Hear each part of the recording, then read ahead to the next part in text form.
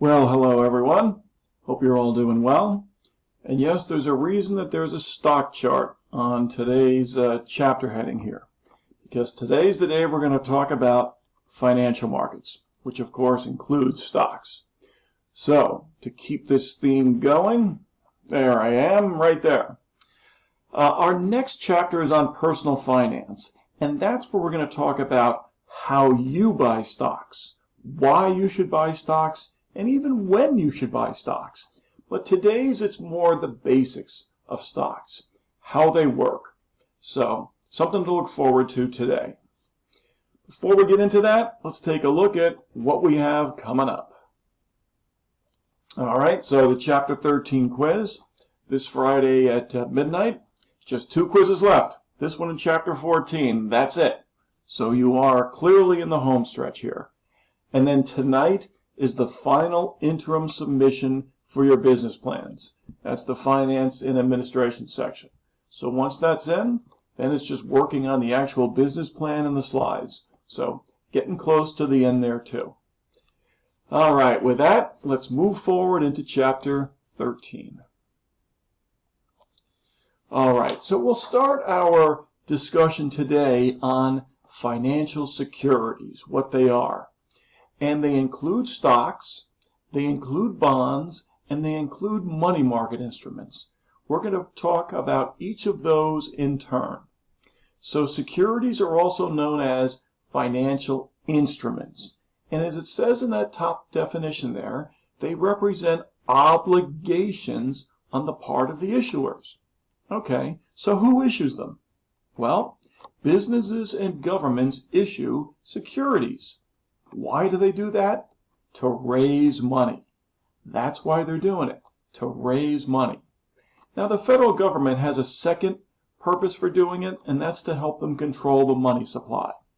Yesterday, we talked about the Fed, or on Monday, we talked about the Fed, and their 3 main tools: the reserve requirements, that's where they let banks know how much they have to keep in reserve; the discount rate, that's moving the interest rate up and down; and then the third one was open market operations. That's the Fed buying and selling U.S. Treasuries. That allows them to control the money supply. So for the Fed, there's a second reason besides raising money. It's to control the money supply. So if that's why these organizations issue securities, why do people and businesses and other countries buy them? Well, it's to get a return on the money that they've either loaned or invested in these groups. To make money.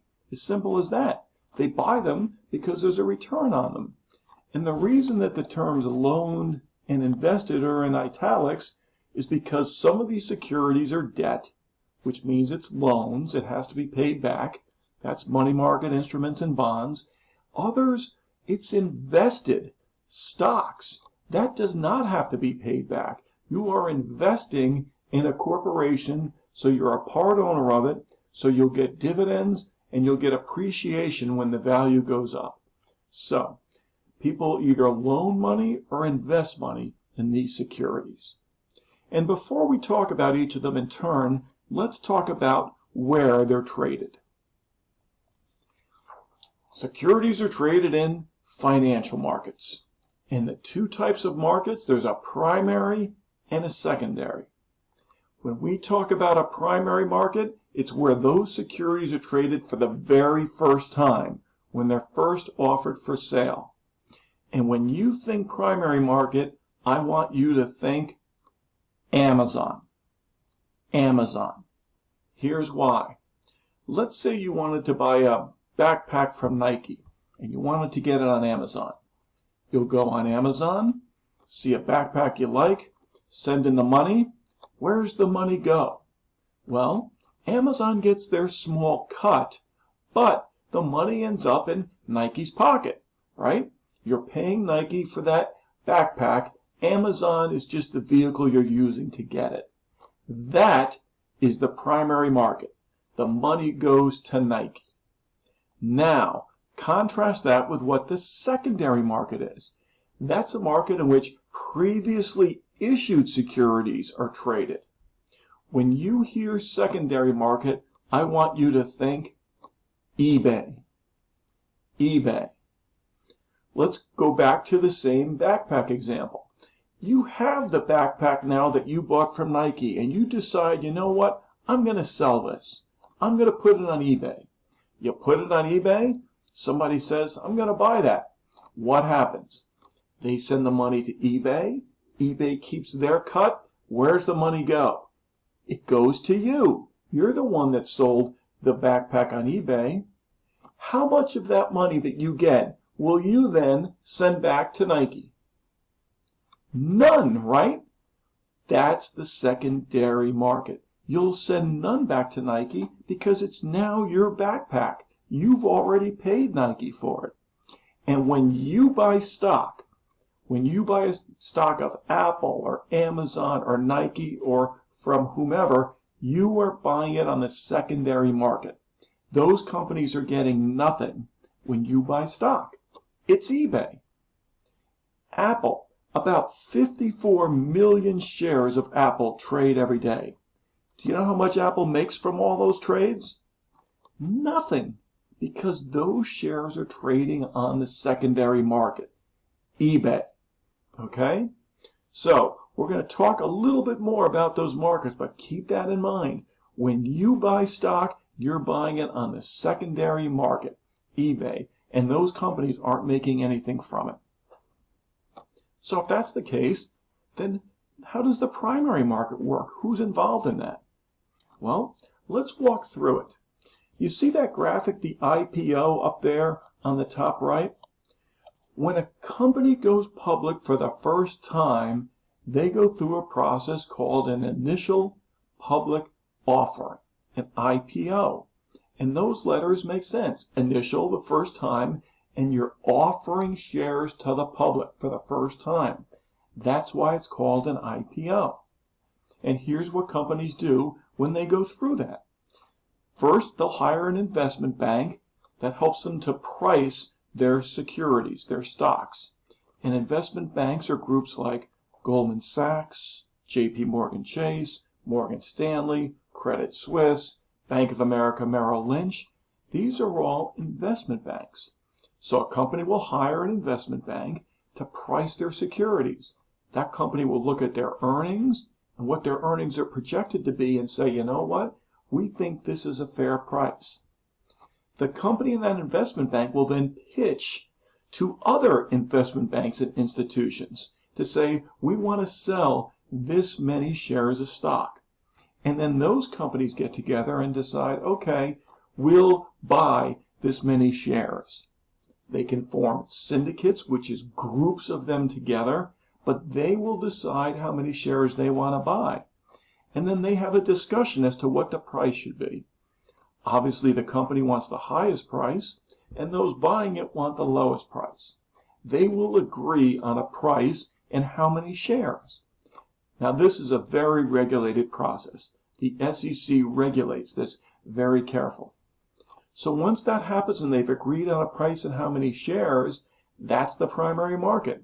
The organization sells those shares to other investment banks, and that's when those investment banks have bought them. They then put them on the secondary market for anybody to buy. For anybody to buy. Okay? So you will not participate in the primary market.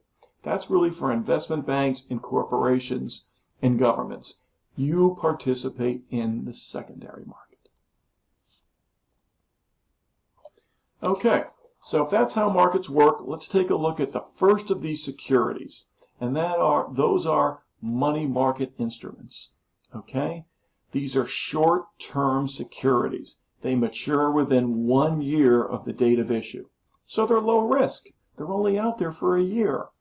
If they have low risk, that means there's a low return as well. Okay? And the issuer is going to pay interest for the use of these funds. So obviously they're debt securities. They're loans. And 3 types of groups can issue these: financial institutions or banks, governments, and corporations. So let's take a look at each in turn. Financial institutions issue certificates of deposit, or CDs. And that's just essentially loans for, they can be 30 days or 60 days or 90 days. And it's just a short-term way for those groups to raise money. And let's take a look at Eagle Bank, as we talked about them yesterday, and what their rates are when they issue CDs. Because they're not very much, but they're typically more than what you would see in either a savings bank or a checking or a savings account or a checking account. They're still relatively low. Okay, so here are CDs that Eagle Bank has issued. You need $1,000, and look at the rates, how low they are. 0.25%. But that's still more than a savings or checking account. And the reason is because they have access to your money for that amount of time, as opposed to a savings or checking where you can withdraw your money anytime. The banks know they have access to your money for a longer period, so they will pay you knowing that they have access to those funds, which is why as the term goes up, the amount that they'll pay you will go up. Okay? So that's a CD. Why would somebody buy a CD? What's the point of that? Well, it's just because the interest rate is a little bit more than you get in checking or your savings. So let's say you needed money to pay for college. You had a college payment coming up in the next 5 or 6 months. Rather than keeping the money in your checking or savings, you think, you know what, I'll buy a CD. It's safe and I'll make a little bit more money. Okay, so banks issue CDs. Governments issue treasury bills. Okay, very similar. 30 days, 90 days, 180 days, 360 days, the same thing. Governments will issue these to borrow money for the short term. And we'll take a look at what some rates are for these. 1 month treasury, 3 month, 6 months, because the U.S. is as risk-free as you can get. What are the chances that the U.S. is going to default on a payment in 30 days? Virtually nothing, right? It's effectively risk-free. So those are the rates on treasuries. I'll show you some more rates because I'm going to talk about these in a second. Commercial paper. Look at those rates there. Commercial paper. What is that? Well, we'll take a look and talk about what that is next. Corporations issue commercial paper. They are also short-term debt securities because sometimes corporations need money just for 30 days or 60 days or up to 270 days. Corporations don't issue commercial paper for longer than 270 days. Typically, they fund things like payroll or if they have accounts payable that they need to pay. Short-term needs. That's what commercial paper is. And they work just like treasury bills and CDs. Corporations issue these, they pay a little bit of interest as you saw, and people can buy them because they pay a little bit more interest than checking or savings accounts. So each of these are short-term instruments, securities. Financial institutions, governments, and corporations all can issue them. They're all debt. So, what else can they do? What other types of debt are there for these groups to issue? Well, there are bonds. You've all heard of bonds, and they are for longer term, essentially debt for a longer period than money market instruments. So, let's read this definition because then I want to break it down. A bond is a fixed income investment issued by a bank, government, or corporation who borrow funds for a set period of time and pay interest. So, borrow funds, it's debt. It has to be paid back. And then fixed income investment. What does that mean? Well, with bonds, interest is paid generally every 6 months at fixed intervals. So every 6 months, you will get paid interest. That's why it's called a fixed income investment. Let's use an example. Let's say you buy a $1,000 bond at 5% interest that will mature in 5 years. Well, you buy it, you give $1,000 to the group. Let's say it's the government. In 6 months, they'll pay you $25. Why? Well, it's 5% interest. That's $50 a year. It's paid every 6 months, which means every 6 months you'll get $25. 25 in 6 months, 25 in another 6 months. That's $50 a year. That's 5%. So every 6 months you'll get $25, and then after 5 years, you'll get your $1,000 back. That's how bonds work.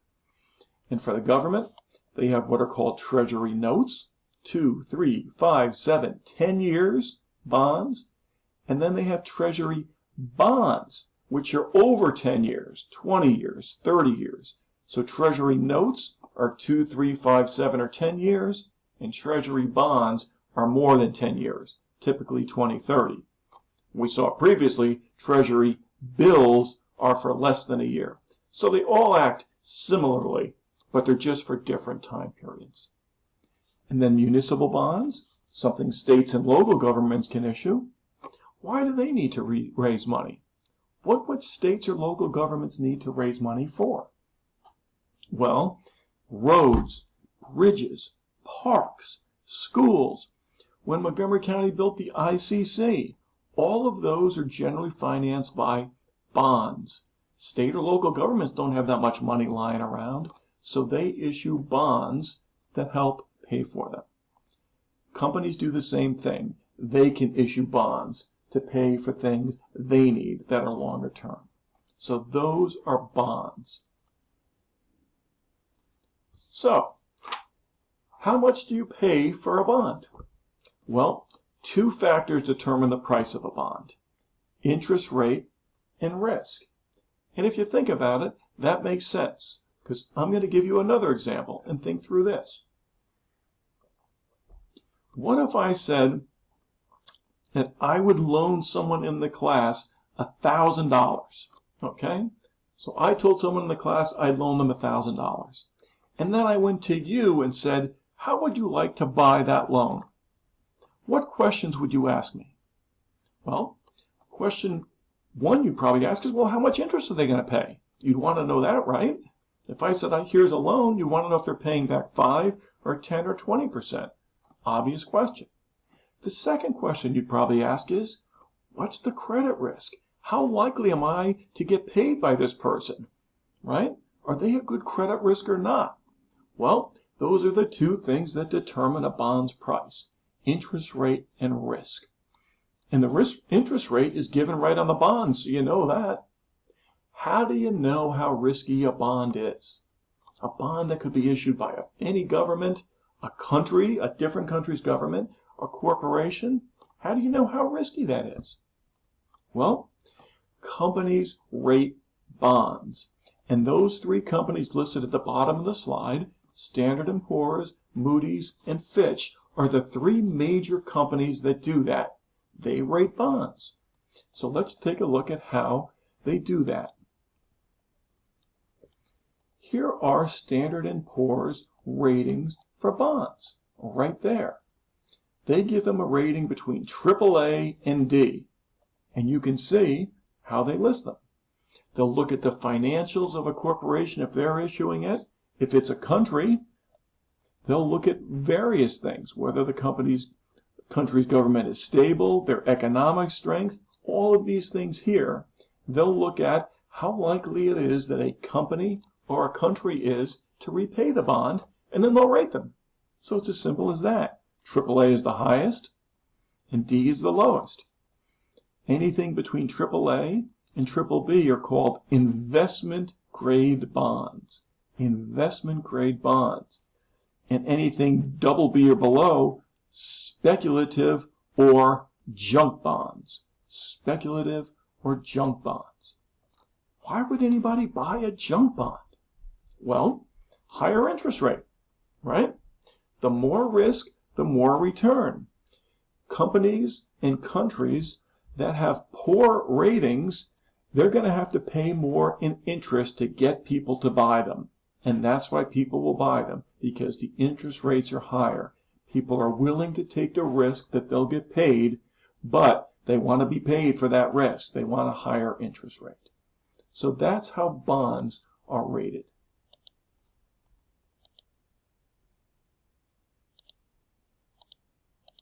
There we go.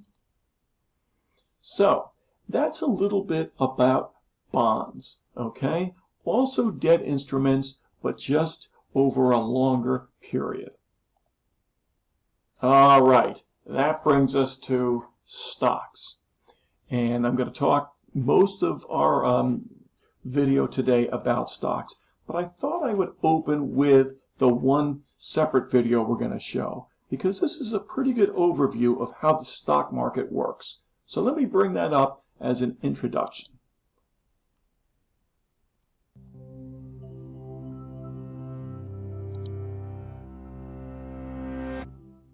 In the 1600s, the Dutch East India Company employed hundreds of ships to trade gold, porcelain, spices, and silks around the globe. But running this massive operation wasn't cheap. In order to fund their expensive voyages, the company turned to private citizens, individuals who could invest money to support the trip in exchange for a share of the ship's profits. This practice allowed the company to afford even grander voyages, increasing profits for both themselves and their savvy investors. Selling these shares in coffee houses and shipping ports across the continent, the Dutch East India Company unknowingly invented the world's first stock market. Since then, companies have been collecting funds from willing investors to support all kinds of businesses. And today, the stock market has schools, careers, and even whole television channels dedicated to understanding it. But the modern stock market is significantly more complicated than its original incarnation. So how do companies and investors use the market today? Let's imagine a new coffee company that decides to launch on the market. First, the company will advertise itself to big investors. If they think the company is a good idea, they get the first crack at investing and then sponsor the company's initial public offering, or IPO.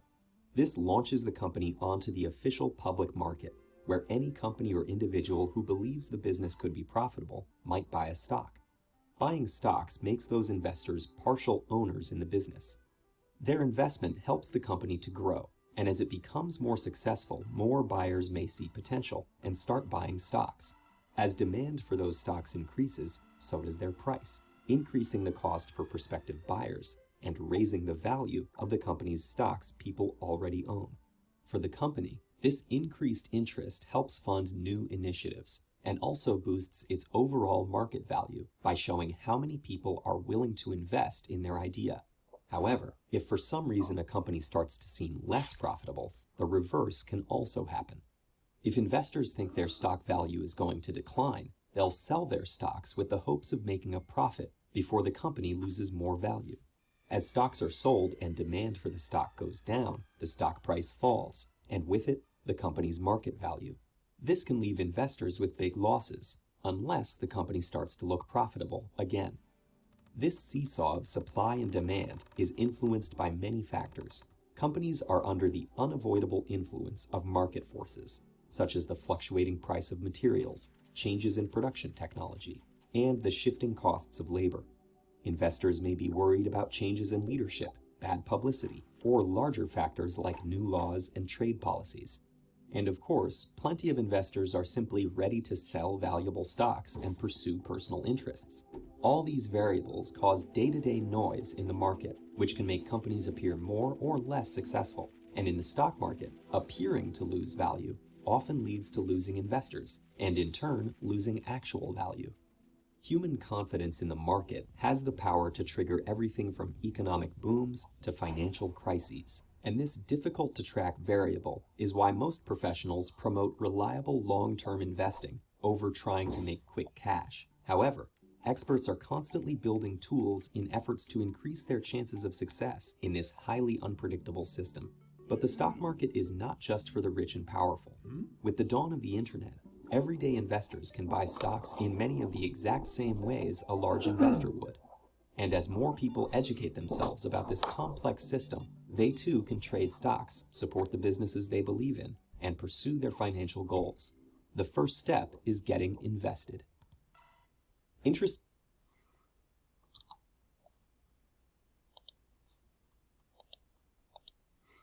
So I think a pretty good overview of the stock market. Okay, so let's start with the two different types of stocks, because common stock is the stock that you've heard of.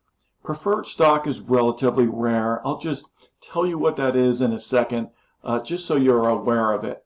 But again, relatively rare. Common stock is the basic form of corporate ownership. That's what you'll be buying. And when you buy a share of stock, you are literally an owner of that corporation. You own part of it. Now, you don't own a very big part of it. If you were to buy one share of Apple stock today, well, there's about 4.3 billion shares of Apple stock outstanding today. 4.3 billion. So you own 4.3 billionth of Apple. But you're still an owner. You can vote on major company policies. Every year, you're going to get something called a proxy form. So they might mail it to you. It might be online. And they'll say, here are some of the things we're looking to do moving forward, some of the big stuff, and you'll vote on it.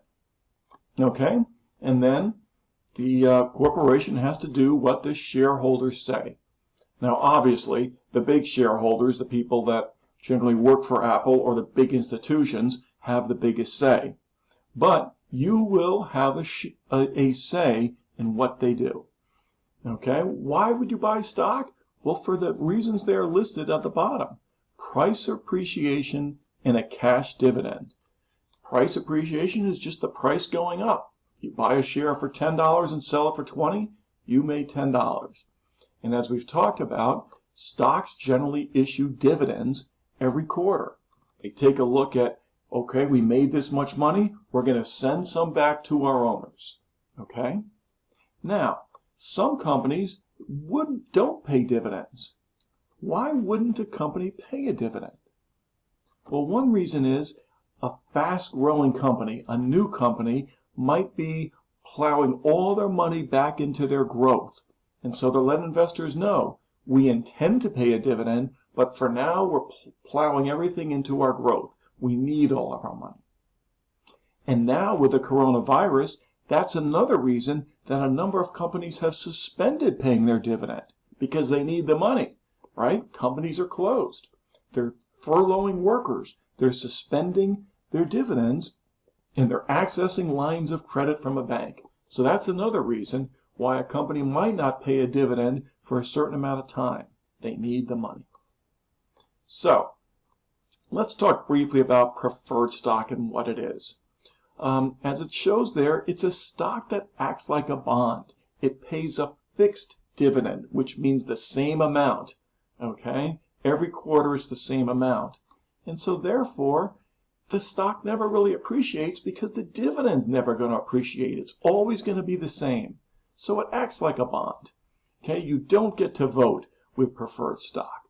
So it's generally not a very useful instrument. Most companies will issue bonds rather than preferred stock. Okay? But that's what it is. It's a stock that acts like a bond.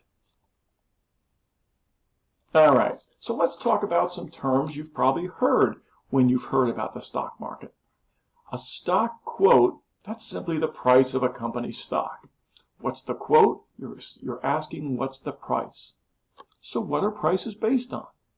Well, a number of different things, but mostly earnings, how much money the company's making, and expectations. Earnings and expectations. Expectations are just how you think the company's going to do moving forward, because that's really what you're paying for, is what the company is going to do, right? So earnings and expectations are key. And it comes down to supply and demand. Everybody has a different thought as to what a company's worth, which is why the price is constantly going up and down. Earnings and expectations. A stock's market cap is how much the company is worth. Okay?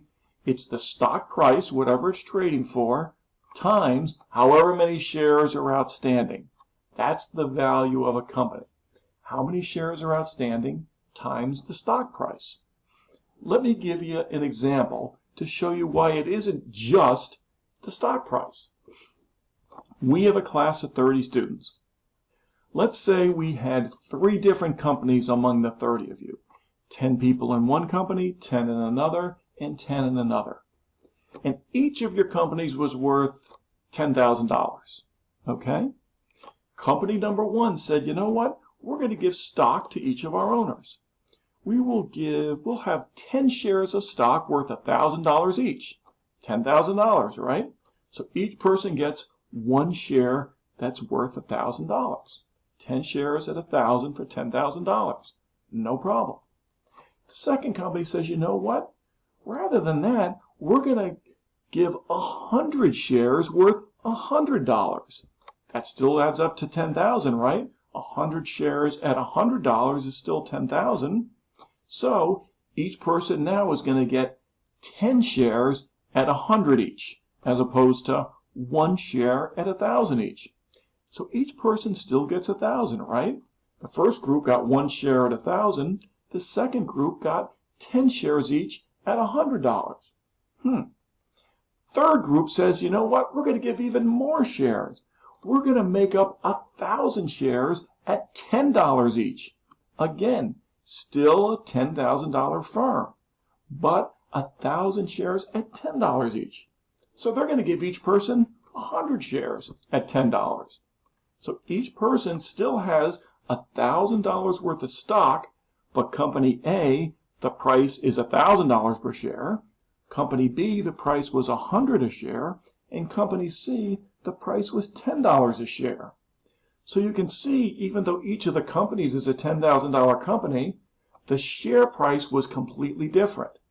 So to know that it's a $10,000 company, you had to take the share price and multiply by the number of outstanding shares. And that's called a company's market cap. It's market capitalization. And that's how much the company's worth. Stock price times outstanding shares. A stock split. What's that? Well, a company might decide to increase the number of stock shares by doing something called a stock split. For example, let's say you had 1 share of Apple, it was worth $400. Apple could decide, you know what? Instead of 1 at 400, you now have 2 at 200. That's a stock split. They split the stock. You still have $400 worth of Apple, but instead of 1 share at 400, you now have 2 at 200. Why would a company do that? Why do companies do stock splits? The answer is they like to keep their stock price in a certain range of about $50 to $300, give or take. Why do they want it in that range? Because it makes it easier for people like you to buy stocks if that's the range. People would rather say, you know what? I'd like 10 shares of Apple at $100 rather than 1 share at 1,000. It just makes it easier for them to buy and to say, I'll keep 3 shares, I'll sell 7 shares. So companies want their stock price in that range, generally speaking. And they will do 2-for-1 splits or 3-for-1 splits or whatever splits they need once the stock price starts to get too high. Apple, for example, did a 7-for-1 stock split in 2014. Their stock price has gotten up to $645, and just like that overnight, it was $92 because they did a 7-for-1 stock split. Microsoft has done 7 2-for-1 stock splits and 3 3-for-2 stock splits because their stock price keeps going up, up, up, and they do stock splits to bring them down.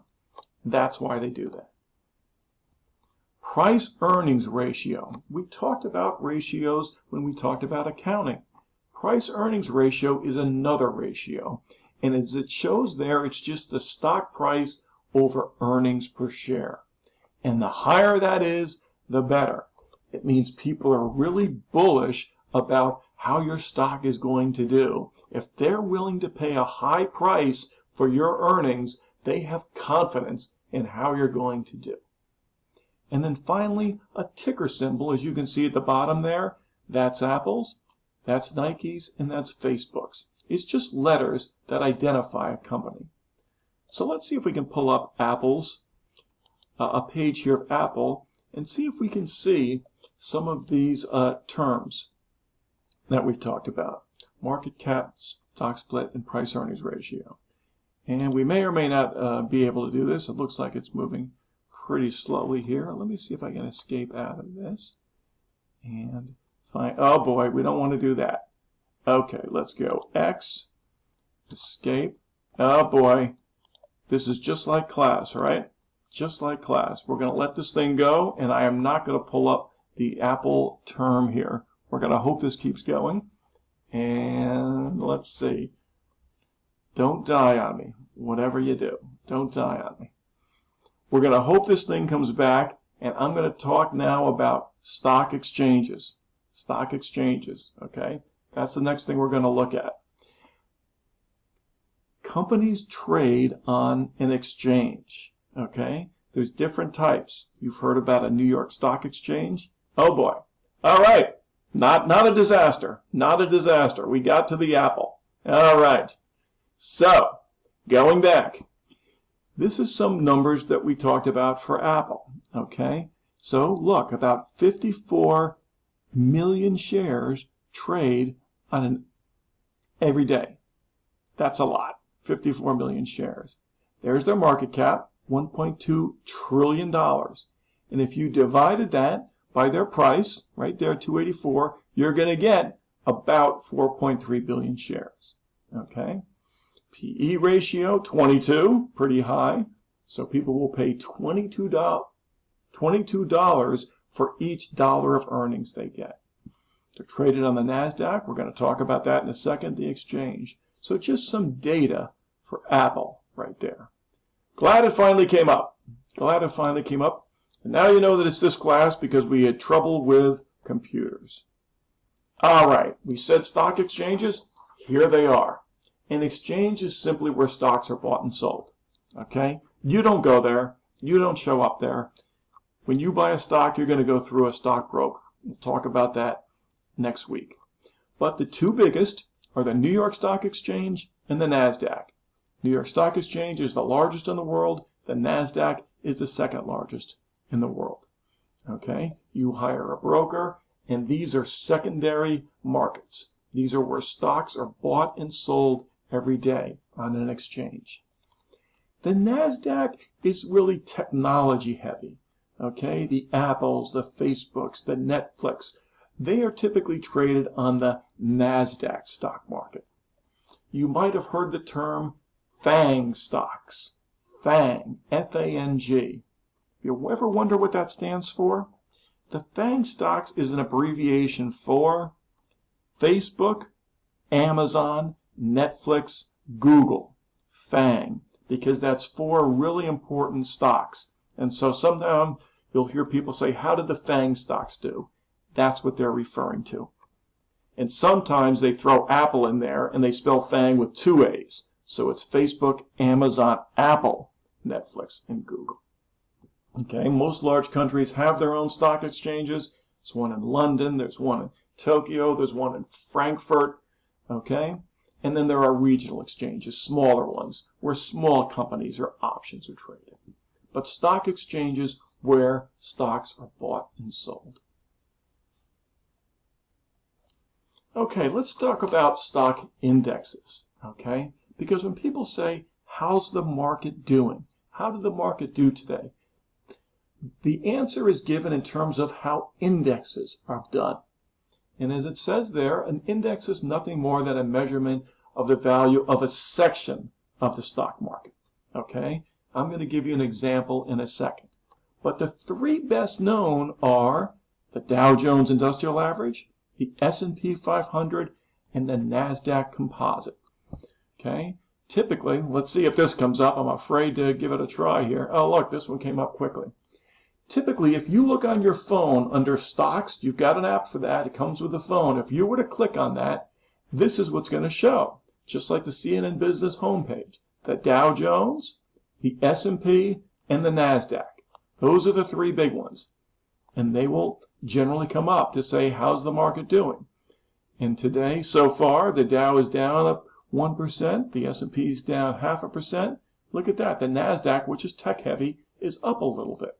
So those are the big three. And let's talk a little bit more about each of them. You've heard the Dow Jones Industrial Average. How did the Dow do today? What is the Dow? Well, it's literally 30 stocks. Okay, the people at Dow said, we think these 30 stocks are very representative of the overall economy. And let's show you what those 30 stocks are. So here are the Dow Jones Industrial Average, literally these 30 stocks. And the way the index works is they look at the price at the end of the day, and each company is given a weight depending on how big they are. So Apple, okay, is a bigger company than, say, Home Depot, so they would have a higher weight in the index. All right, so at the end of the day, each stock price is multiplied by the weight of that company, and that's how the index did for that day. Okay, so it's literally those 30 companies' stock prices that make up the Dow Jones Industrial Average. And look at those prices. They're all in that range, more or less, right? Of about 50 to 350. Some are a little higher, a little lower. But generally speaking, look at that. They're all pretty similar. And that's because once they get too high, these companies will do stock splits to keep them in that range. So that's the Dow. What's the S&P 500 then? Well, that's literally 500 stocks, and it works the same way. It works the same way. These are literally the 500 stocks, and it's virtually any company you can think of is on the S&P 500. Okay, just look at some of these. Any company you can think of is included in the S&P 500, and it works the same way. At the end of the day, they'll look at the stock price of all 500 of these companies. A bigger company is going to have a greater weight than a smaller company, and then they just add them up and say, okay, here's how the S&P 500 did today. And it's the same thing with the NASDAQ. Those are stock indexes. And now I'm going to show you an example of exactly how this works using our class. We could start our own index. Okay, and this index is going to work exactly the same way as the Dow Jones, the S&P, and the NASDAQ. Let's call it the Intro to Business Sports Index. We're going to track how the sports industry is doing. And we're going to use Nike, Adidas, Puma, and Under Armour. Just 4 stocks. Okay, and I made up these market caps and weights just for an example. So let's assume that Nike is worth $50 billion. They're worth twice as much as Adidas, and Adidas is worth twice as much as Puma and Under Armour. Okay, we can assume that. If this were the case, we would say, okay, we're going to give a weight of 1 to Under Armour, a weight of 1 to Puma, a weight of 2 to Adidas because they're double the size, a weight of 4 to Nike because they're 4 times the size of these. Okay, so that we would do that. Here's their market cap, here's their weight. So let's say on Monday, Nike closed at 70, Adidas at 75, Puma at 55, Under Armour at 50. Well, let's apply the weight. 50 times 1 is 50, 55 times 1 is 55. Got to count this one twice. Weight of 2, 150. Got to count Nike 4.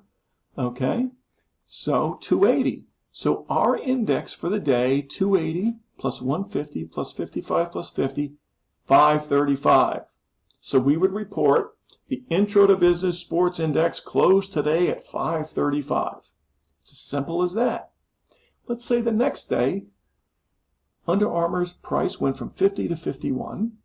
Puma's went from 55 to 58. Adidas stayed the same. And Nike's went down 67. Same thing, let's apply the weight.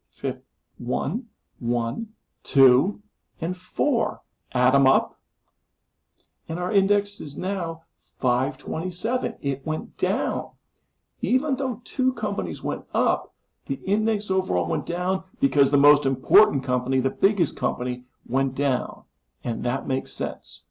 So if we were reporting, we could say something like, the Intro to Business Stock Index fell 8 points today, falling from 535 to 527, led by a $3 fall in Nike shares. That is exactly how the Dow and the S&P 500 and the NASDAQ composite work. It's the same concept, okay? Companies are given weights, and their stock price is then based on those weights, and then that's reported if it went up or down. So that's how stock market indices work. And if you say if the stock went up or down today, that's what they're referring to, okay? And the S&P 500 and the Dow are good overall measures of the whole economy because those companies represent the economy. And the NASDAQ is a good representation of the tech sector because it's so heavily influenced by tech. All right, with that, we are going to finish today with this slide, and that's financial managers. Okay? This chapter has been about managing financial resources, and that's what a financial manager does. They're responsible for the overall health of the organization. And that can be from as high as a CFO all the way down the line. There's lots of financial management jobs. And as we learned today, debt, okay, they can get money from loans. You can get it from credit cards, we've talked in the past. And now you can get it from commercial paper or bonds as well. So all of these we've talked about in this course. Equity, you can get money from all these sources, these when you're first getting started. And then once you've been out there, common or preferred stock. Okay, so financial managers have lots of options where they can raise money. And it's a big job, right? If you need money, think of all your options. Should I issue stock? How much stock? Should it be common stock or preferred stock? Should I use a bond instead? How long of a term for the bond? Maybe I should just issue commercial paper. Well, how long of a term for that? Maybe I should take a loan. Maybe I should use a line of credit. Maybe I should just use our cash. Somebody has to make those decisions. And they're big decisions, and that's what financial managers do. All right, so with that, that was a little bit about financial markets today, and we went a little bit heavy in stock to give you a good feel for how the stock market in general works. And again, the next chapter on personal finance, that's going to get it a little bit more down to you, how you can buy stocks, why you'd want to buy stocks, and when you should start buying stocks. So we'll take a look at that next week. With that, that's it. I hope you all have a good rest of the week and weekend. Stay safe, take care, and we will be back in touch again on Monday.